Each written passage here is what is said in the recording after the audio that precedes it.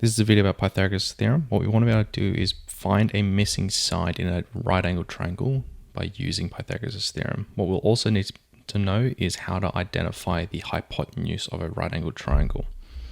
All right. So first of all, with the hypotenuse, in a right angled triangle, if we have a right angle like we do in the bottom left corner of this triangle here, these two sides, the one on the left and the one on the bottom, those two sides are touching the right angle. But this side over here, the 5, that is opposite the right angle. So that side length of 5 there, that is the hypotenuse in the right angled triangle. Now the special thing about the hypotenuse is that it is the longest side in the triangle, which will come in handy later. So what I've got here is I've got the same right angled triangle as before. However, what I'm going to do is I'm going to find the area of these squares that I've drawn on each side. So on the 4 here, I've drawn a square that is 4 by 4, and then I've got a 3 by 3, and then a 5 by 5. So I've drawn a square on each side of this right angled triangle.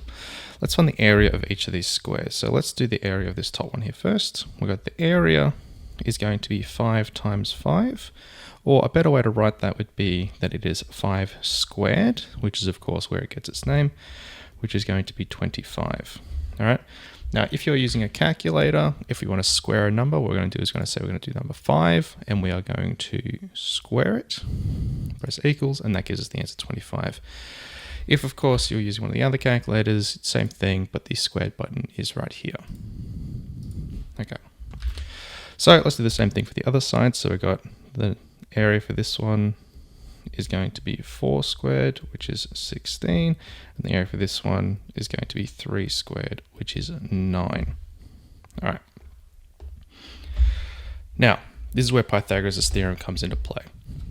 In this right angled triangle, you might have noticed that because this side here is the longest, because it's the hypotenuse, it has made the largest square.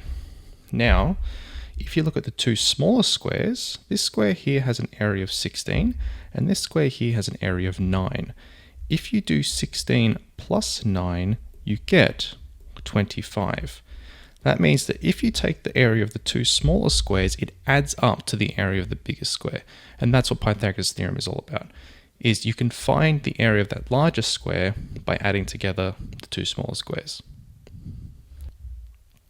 All right, now let's use that to solve a problem. So what I've got here is I've got a right angled triangle, as I can see with this little right angle here, but I don't know how long that third side is.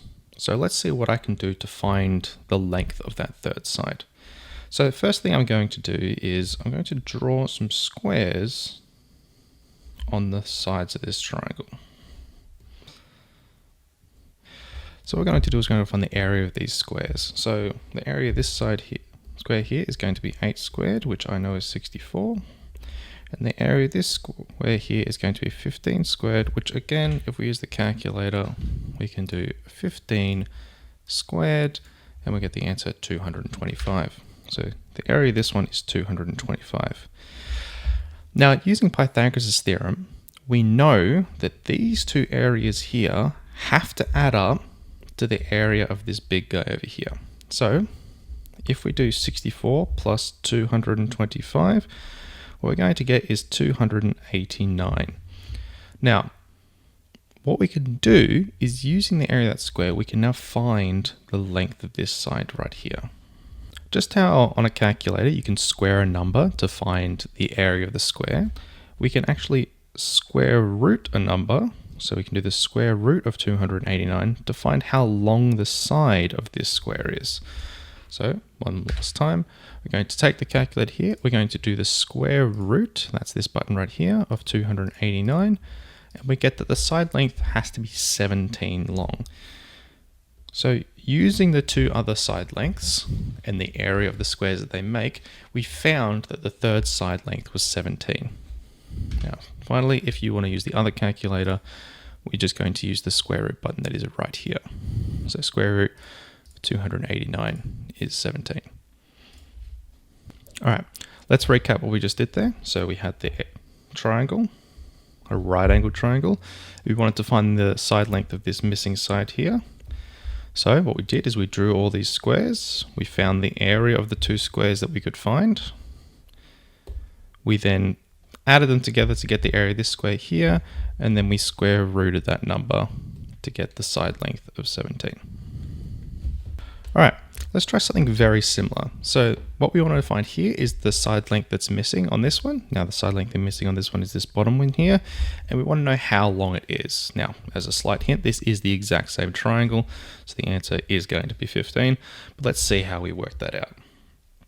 So, same as before, we can draw our 3 squares on each of the sides of the triangle. And I know that this area here is going to be 8 squared, which is 64. This one here, I don't actually know the area. It would be x squared, but I don't know what x is. But then the area of this one up here is going to be 17 squared, which is from before 289. Again, just using the same result that we had before. So if this square here, the 64, and whatever this area here is has to add up to 289. That means that 64 plus some number equals 289. So 289 minus 64 must be that number, which is 225. So the area is 225. And again, if we know that the area of the square is 225, then x must be the square root of 225.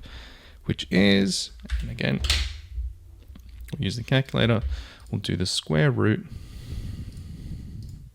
of 225, which is 15.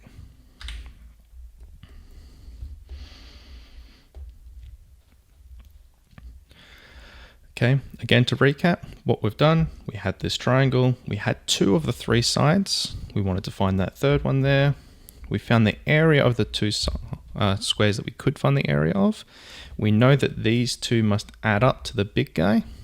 So 64 plus something equals 289. That something was 225, and then we can use that to find the side length there of 15.